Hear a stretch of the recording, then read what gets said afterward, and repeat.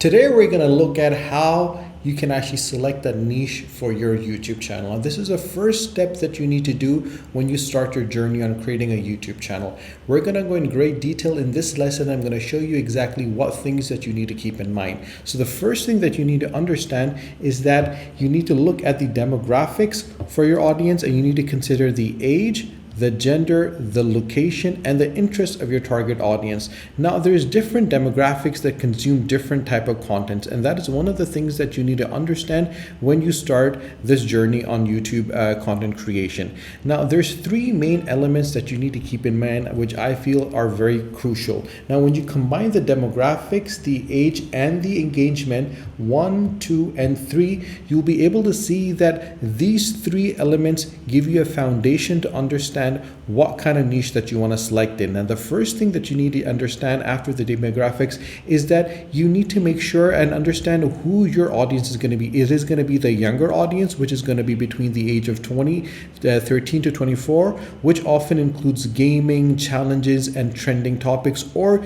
you're going to look for content for an older audience, which is between 25 to 45 age, that would focus on finance, fitness, and education. Now, the age factor, guys, is very crucial, and that's one of the things that you need to understand when you start creating content, because it's gonna flow into and affect your script, the voiceover, the thumbnails. Because when you target an audience, you need to understand who you're creating that content for. It's very similar to product production or promotion of a product or service. You will look at who are the end users of that product, who are the end users of those service, and then cater the service and product for that particular audience. And it's very similar to creating content as well. When you understand the age group that particular content is going to be for, you'll be able to develop that video according to their interest. Now, the third thing is that you need to understand how to keep that engagement. Now, there's two different engagements that are available. There are younger audience that get engaged, and there's older audience that get engaged. Now, the younger audience that engage gets that give you likes and comments, and the older actually gives you shares and subscriptions. Now, one of the things I always say that when you start your channel, you need to keep in mind that you need to have a balance between the younger audience and the older audience. Now, if your content is completely based over the older audience, you're going to get those shares and subscribes, but you're not going to get that engagement, because the older audience don't tend to comment on a lot of videos. If you want to get those comments, if you want to get those likes, you need to make sure that you have content that appeals to the younger audience. A strong and a good niche and a good channel tends to have a good balance between its younger audience and its older audience, and it actually appeals to all the age groups in that particular niche, and actually gives people a chance of every age group and every demographic to actually come onto the channel. Now, if you have these three elements, you'll be able to understand what your audience is. Now, after that, the two things which I feel are very crucial for you to understand is the fact that what is CPM and what is RPM. Now, CPM literally means cost per milli. That means what the advertisers actually pay for 1,000 views, and high CPM niches are finance, health, and technology. Why? Because advertisers in those particular niches are willing to pay more. Now, this is very important for us to understand that when the advertisers actually pay more money, that means you're going to have more passive income.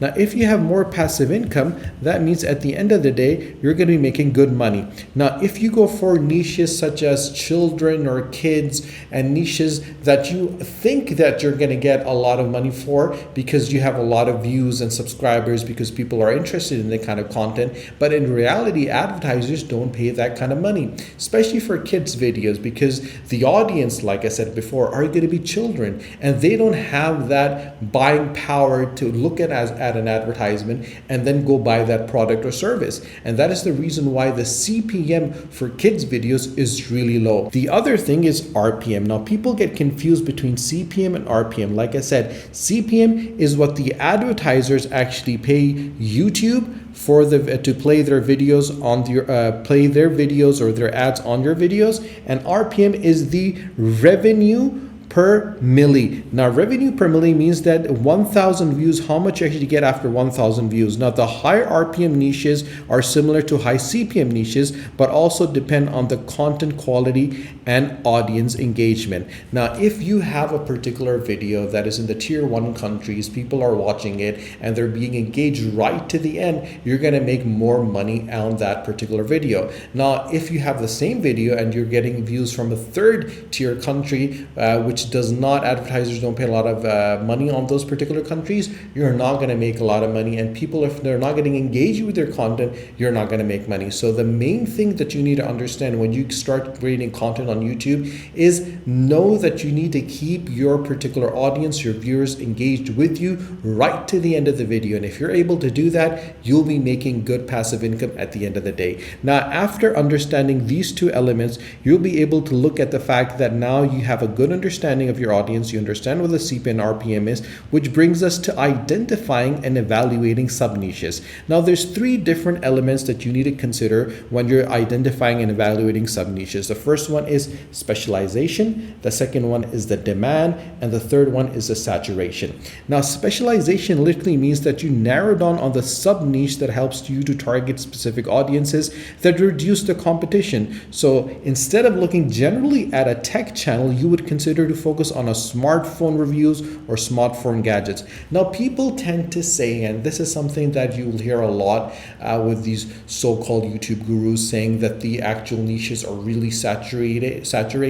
I don't tend to believe that. I always believe there's a different perspective that you can take for the same topic and look at it from a different angle. And once you're able to identify that particular angle, you're able to actually zone in and actually create a passive income over there. And creating sub-niches within niches and finding a different angle and thinking outside the box is what brings in the money. Now, that brings us to number 2, which is the demand. So this is number 1, this is number 2, and this is number 3. Now, demand literally means researching the demand for the content in your chosen niche. You can use Google Trends, you can use YouTube Analytics, and you can even use keyword research tools to find the interest that happens. You got so many tools available. You got vidIQ, you got TubeBuddy, and all these other tools that can give you an insight at what people are really interested in. Now, I personally believe there is a better way to do it, and I feel that as human beings, as consumers of YouTube and content on YouTube, we're in a better position to identify what people are liking, and the YouTube algorithm actually helps us as well. So what you can actually do, and this is what I do,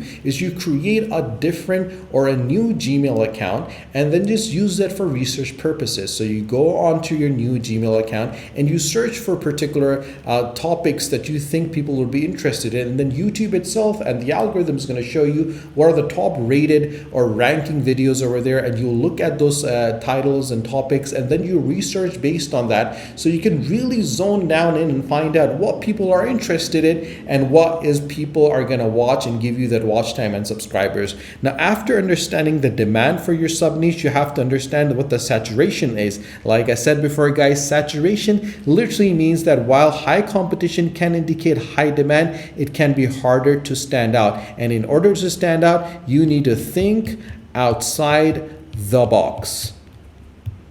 Now, if you're thinking outside the box, you literally are going to create a sub-niche within a sub-niche, which is going to put you in a very unique position. And anyone, for that matter, that has made any money has understood how that's supposed to be done. The main currency on YouTube, guys, is attention. If you're able to grab that attention of your audience and hold that attention right for the full 8 minutes or 10 minutes of your videos, you are a successful YouTuber. If you're unable to do that, then that is what you need to work on. Now, after understanding and identifying and evaluating your sub-niches comes the most important part, the selecting of the correct niche. Now, I believe that these elements are very crucial for you to make sure that your niche falls into them. So the first thing that you need to keep in mind is does it have consistency and growth? Because well-chosen niches will allow you for consistency creating content, and consistency is the key to growth on YouTube. If you're not consistent, guys, you won't be able to grow your YouTube channel. And this is what I tend to say to anyone that comes to me and asks me that this is a niche that I want to make videos for. I'm going to ask them, like, can you make 50 videos, 100 videos, 200 videos, 1,000 videos? If your answer to that question is yes, I can make unlimited videos, that means you have a chance of consistently growing your channel and consistently getting passive income. But if you can only make 50 videos or 30 videos videos in that particular niche on your channel, you're putting yourself in a very bad position, because if your channel doesn't get monetized in the 30 or 50 video mark, then you're going to be running out of ideas to put out more videos to keep your audience engaged. The second thing is monetization options, because at the end of the day, the reason why you're creating the channel is actually get monetized. Now, there's certain niches that offer better monetization options, such as sponsorships, affiliate marketing, and merchandise sales. So for example, if you have a tech channel, you can always do affiliate marketing on that particular channel and get money from the views that you get from YouTube, as well as things buying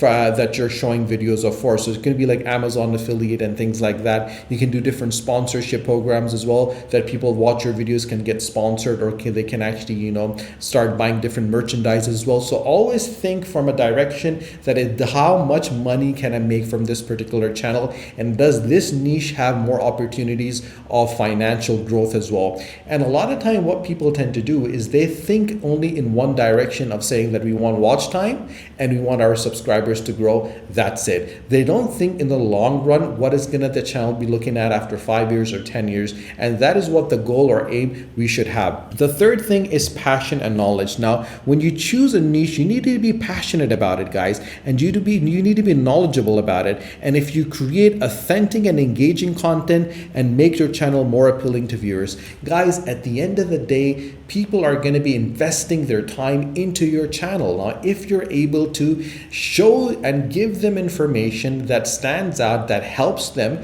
then obviously you are paying back for the investment that they're putting into your channel. And if you're able to do that, you'll be able to create what I call core audiences on your channel. And these are individuals that will keep returning back over and over again to consume more of your content. If you're able to grow that core audience to 5, 10, 15 to 20% of your total subscribers, you're going to put yourself in a very good position for growth overall within the YouTube algorithm. And I feel that this is something that is missed out, that people don't tend to understand when they actually do that. So now let's look at the steps that you need to choose your YouTube niche. Now, the first thing that you need to do is do a self-assessment. Identify your own interests, passions, and expertise, and what type of content you can enjoy, consume, or creating. Then you need to do your market research.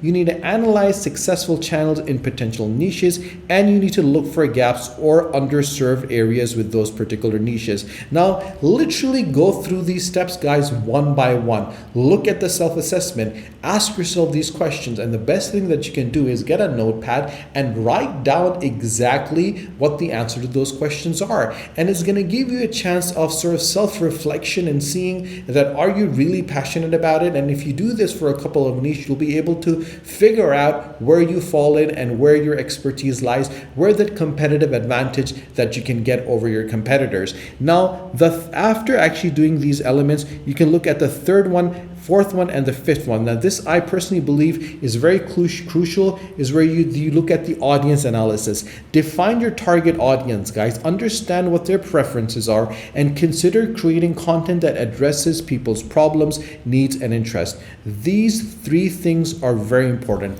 If an individual does not have a problem, they will be not looking for solutions for it. If someone comes onto YouTube with a problem and you have a solution, there you have a product. If they have a need and you fulfill that need, you actually have a good video. If there's an interest that they're looking at and you provide information on that interest, they will watch your videos. So these are the fundamental things that your video needs to achieve for it to be successful. So these are the parameters that you need to keep in mind for your video to actually be successful within the YouTube algorithm. Now, once you're able to do that, you will ensure that you can consistently produce content within this particular niche. Now, I personally believe when you think about the algorithm, remove the word algorithm and say audience.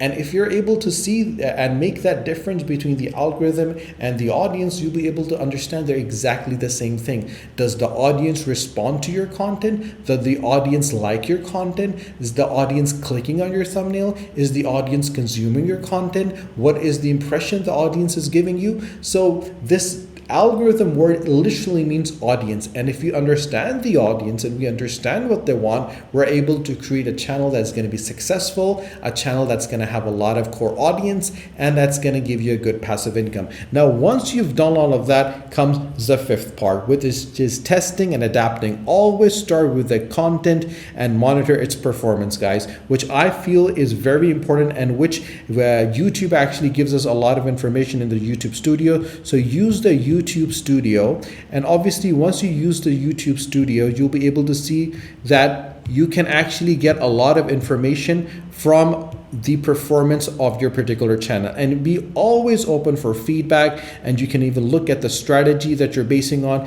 and that resonates with your audience, and look at the comments, guys. And I always say that, speak to individuals that are in similar niches and understand what kind of feedback they have. The better feedback that you can get, you're going to put yourself in a better position to actually make the right decision and not make the mistakes others are doing. So that's it for this lesson, guys. I hope you understood what you need to do to select the right niche for your channel. Stay tuned for our next lesson. Until then, take care.